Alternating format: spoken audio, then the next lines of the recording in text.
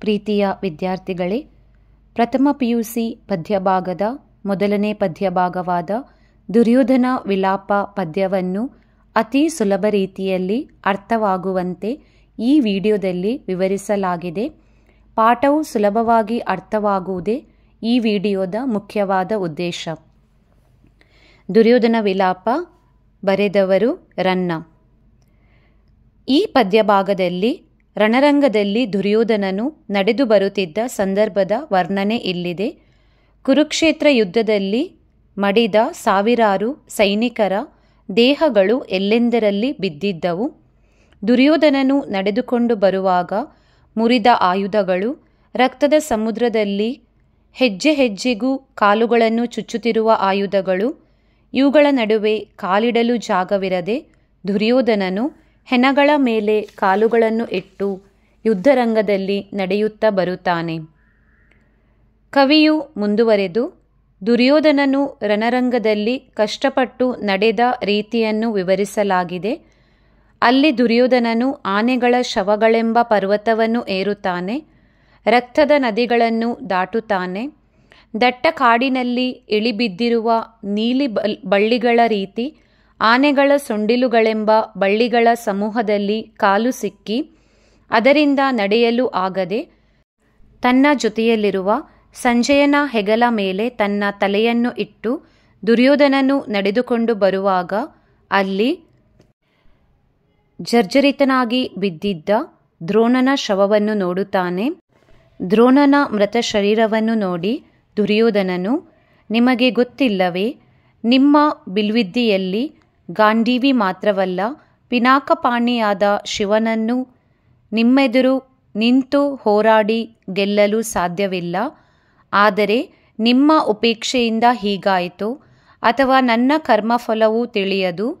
ಆದರೂ ನಿಮಗೆ ಈ ರೀತಿಯ ಸಾವು ಏಕೆ ಸಂಭವಿಸಿತೋ ನನಗೆ ತಿಳಿಯುತ್ತಿಲ್ಲ ದ್ರೋಣಾಚಾರ್ಯರೇ ಎಂದು ದುರ್ಯೋಧನನು ದುಃಖಿಸುತ್ತಾನೆ.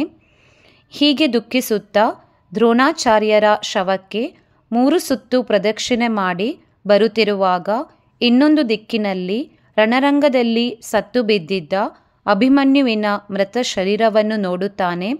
ಅಭಿಮನ್ಯುವಿನ ಮೃತ ಶರೀರವನ್ನು ಈ ರೀತಿ ವರ್ಣಿಸಲಾಗಿದೆ: ಅರ್ಧ ಮುಚ್ಚಿದ ಕಣ್ಣುಗಳು, ಅರಳಿದ ಮುಖ, 2 ಕೈಗಳು ಕತ್ತರಿಸಿರುವ, ಅತಿ ಭಯಂಕರವಾಗಿ ಔಡು ಕಚ್ಚಿರುವ, ಶತ್ರುಗಳ ಬಾಣಗಳಿಂದ ಜರ್ಜರಿತನಾಗಿ ರಕ್ತದ ಸಮುದ್ರದಲ್ಲಿ ಬಿದ್ದಿರುವ ಯುದ್ಧವೀರ ಅಭಿಮನ್ಯುವಿನ ಶವವನ್ನು ಕುರುಪತಿ ನೋಡುತ್ತಾನೆ. ಹೀಗೆ ಬಿದ್ದಿರುವ ಅಭಿಮನ್ಯುವಿನ ಶವವನ್ನು ದುರ್ಯೋಧನನು ನೋಡಿ ಆತನ ಪರಾಕ್ರಮವನ್ನು ಮೆಚ್ಚುವ ದುರ್ಯೋಧನನನ್ನು ನಾವಿಲ್ಲಿ ಕಾಣಬಹುದು. ಗುರು ದ್ರೋಣರಿಂದ ರಚಿತವಾದ ಚಕ್ರವ್ಯೂಹವನ್ನು ಭೇದಿಸಲು ಬೇರೆ ಯಾರಿಗೂ ತಿಳಿದಿರುವುದಿಲ್ಲ. ಪ್ರವೇಶಿಸಲು ಅಸಾಧ್ಯವಾದ ಚಕ್ರವ್ಯೂಹದೊಳಗೆ ನುಗ್ಗಿ ರಣರಂಗದಲ್ಲಿ ಶತ್ರುರಾಜರನ್ನು ಕೊಂದ ನಿನ್ನ ಪರಾಕ್ರಮಕ್ಕೆ ಸರಿಸಾಟಿಯಾದವರು ಶೂರರು ಯಾರಿದ್ದಾರೆ?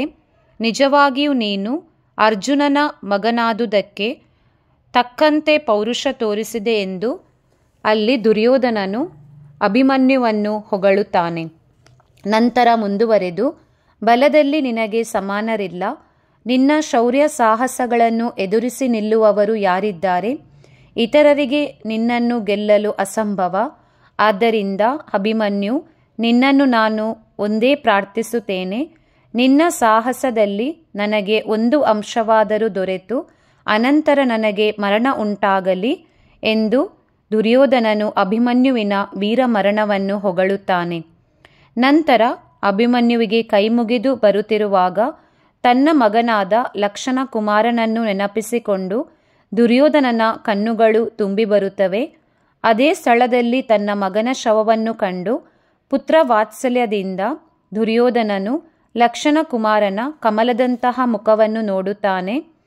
ತನ್ನ ಮಗನ ಶವವನ್ನು ನೋಡಿ ದುರ್ಯೋಧನನು ರೋಧಿಸುತ್ತಾನೆ. ತಂದೆಯಾದವನಿಗೆ ಮಗನಾದವನು ತರ್ಪಣ ಬಿಡುವುದು ಸರಿಯಾದ ಕ್ರಮ. ಆದರೆ ಇಲ್ಲಿ ತಂದೆಯಾದವನು ಮಗನಿಗೆ ತರ್ಪಣ ಬಿಡುವಂತಾಯಿತು.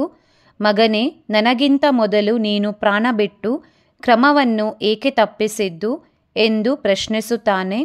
ಹೀಗೆ ರೋದನೆಗೈಯುತ್ತಾ ದುರ್ಯೋಧನನು ಇರುವಾಗ ಆತನನ್ನು ಸಂಜಯನು ಸಂತೈಸುತ್ತಾ ಮುಂದಕ್ಕೆ ಕರೆದೊಯ್ದನು. ಅಲ್ಲಿ ಅವನಿಗೆ ಭೀಮನ ಗದಾಪೆಟ್ಟಿನಿಂದ ರಕ್ತದ ಸಮುದ್ರದಲ್ಲಿ ಸತ್ತು ಬಿದ್ದಿರುವ ಯುವರಾಜನಾದ ದುಶ್ಯಾಸನನ ಶವವನ್ನು ನೋಡುತ್ತಾನೆ. ತನ್ನ ತಮ್ಮನಾದ ದುಶ್ಯಾಸನನ ಶವವನ್ನು ಕಂಡು ದುರ್ಯೋಧನನು, ನಿನ್ನನ್ನು ಕೊಂದವನು ಅಂದರೆ ಭೀಮನು ಇನ್ನೂ ಬದುಕಿದ್ದಾನೆ.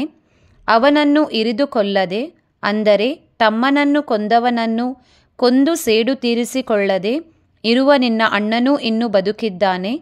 ನೀನು ತೋರಿಸಿದ್ದ ಪ್ರೀತಿಗೆ ಇದು ನನ್ನ ಸಜ್ಜನಿಕೆಯಲ್ಲ ಎಂದು ಪ್ರಶ್ನಿಸುತ್ತಾ ದುರ್ಯೋಧನನು ತನ್ನ ತಮ್ಮನ ಸಾವಿಗೆ ಪ್ರತೀಕಾರ ತೀರಿಸಿಕೊಳ್ಳುವ ವರ್ತನೆಯನ್ನು ಇಲ್ಲಿ ಕಾಣಬಹುದು.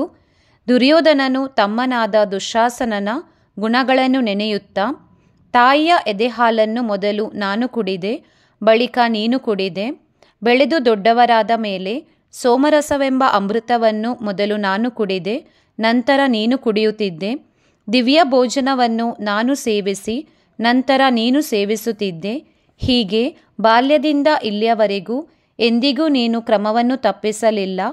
ಆದರೆ ಸಾವಿನಲ್ಲಿ ಮಾತ್ರ ಕ್ರಮ ತಪ್ಪಿಸಿ ನೀನು ಮೊದಲು ಮರಣವನ್ನು ಅಪ್ಪಿದ್ದು ಸರಿಯಾದ ಕ್ರಮವೇ ಎಂದು ಯಾಕೆ ದುಶ್ಯಾಸನ ಈ ರೀತಿ ಕ್ರಮ ತಪ್ಪಿಸಿದೆ ಎಂದು ದುರ್ಯೋಧನನು ರೋಧಿಸುತ್ತಾನೆ. ಹೀಗೆ ಅತಿಯಾಗಿ ದುಃಖಿಸಿ ತನ್ನ ತಮ್ಮನ ಕಳೇಬರವನ್ನು ನೋಡಲಾಗದೆ ಅಲ್ಲಿಂದ ಹೊರಡುತ್ತಾನೆ.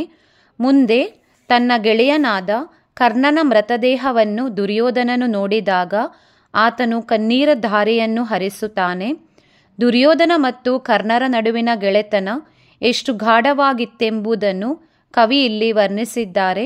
ದುರ್ಯೋಧನನು ಕರ್ಣನ ಶವದ ಮುಂದೆ ನಿಂತು, ನಾನು ದುಶ್ಯಾಸನ ಮತ್ತು ನೀನು ಮೂವರು ಆತ್ಮೀಯರಾಗಿದ್ದೆವು.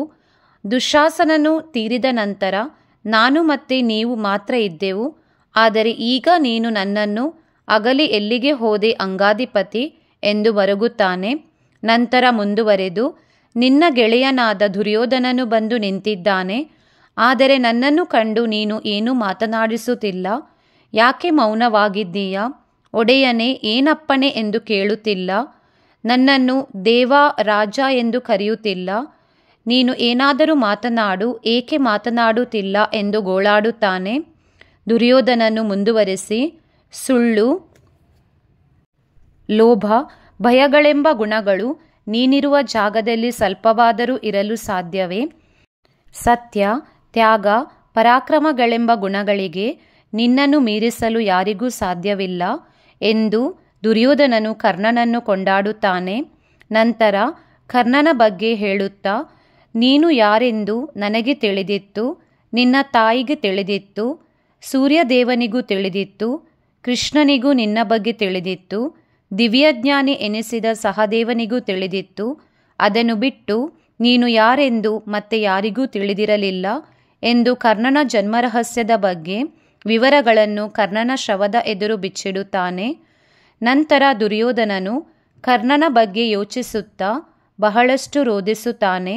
ಕರ್ಣನಿಲ್ಲದ ಸುಖಗಳು ನೀರಸವೆಂದು ದುರ್ಯೋಧನನು ಹೇಳುತ್ತಾನೆ. ನೀನಿದ್ದರೆ ಮಾತ್ರ ನನಗೆ ರಾಜ್ಯ ಉಂಟು, ನೀನಿದ್ದರೆ ಮಾತ್ರ ಸಿಂಹಾಸನದ ಬೆಲೆ ಇರುತ್ತದೆ, ನೀನಿದ್ದರೆ ಮಾತ್ರ ಬೆಳ್ಗೊಡೆಗಳು ಶೋಭಿಸುತ್ತವೆ, ನೀನಿದ್ದರೆ ನನ್ನ ವಂಶವೇ ನನ್ನೊಂದಿಗೆ ಇದ್ದಂತಿತ್ತು. ಆದರೆ ನೀನಿಲ್ಲದೆ ಯಾವುದೂ ಇಲ್ಲ ಎಂದು ದುರ್ಯೋಧನನು ರೋಧಿಸುತ್ತಾನೆ. ನಂತರ ಕರ್ಣನ ದಾನಗುಣಗಳನ್ನು ಪ್ರಶಂಸಿಸುತ್ತಾ, ಇಂದ್ರನು ಬಂದು ಕವಚವನ್ನು ಕೇಳಿದಾಗ ಹಿಂದು ಮುಂದು ನೋಡದೆ ನೀನು ಕವಚವನ್ನು ಕತ್ತರಿಸಿಕೊಟ್ಟೆ. ತಾಯಿ ಕುಂತಿ ಬಂದು ಭಾಷೆಯೊಂದನ್ನು ಕೇಳಿದಾಗ ಹೆದರದೆ ನೀನು ಭಾಷೆಯನ್ನು ನೀಡಿದೆ. ನಿನಗೆ ಸರಿಸಾಟಿಯಾದ ದಾನಶೂರರು, ಯುದ್ಧವೀರರು ಯಾರಿದ್ದಾರೆ ಎಂದು ಅಂಗಾಧಿಪತಿ ಕರ್ಣನೇ ಎಂದು ದುರ್ಯೋಧನನು ಕೊಂಡಾಡುತ್ತಾನೆ. ಹೀಗೆ ಕರ್ಣನಿಲ್ಲದೆ ಶೋಕದಿಂದ ರೋಧಿಸುತ್ತಿದ್ದ ದುರ್ಯೋಧನನು ಅರ್ಜುನನ ಮೇಲೆ ಕೋಪಗೊಂಡು ಶರಶಯ್ಯೆಯಲ್ಲಿ ಅಂದರೆ ಬಾಣದ ಮಂಚದ ಮೇಲೆ ಮಲಗಿದ್ದ ಭೀಷ್ಮರ ಪಾದಗಳಿಗೆ ನಮಸ್ಕರಿಸಲೆಂದು ದುರ್ಯೋಧನನು ರಣರಂಗದಲ್ಲಿ ಮುಂದೆ ನಡೆಯುತ್ತಾನೆ. ಹೀಗೆ ದುರ್ಯೋಧನನು ರಣರಂಗದಲ್ಲಿ ರೋಧಿಸುತ್ತಿರುವ ಸನ್ನಿವೇಶಗಳನ್ನು ಇಲ್ಲಿ ರನ್ನ ಕವಿಯು ಮನಮುಟ್ಟುವಂತೆ ಚಿತ್ರಿಸಿದ್ದಾರೆ.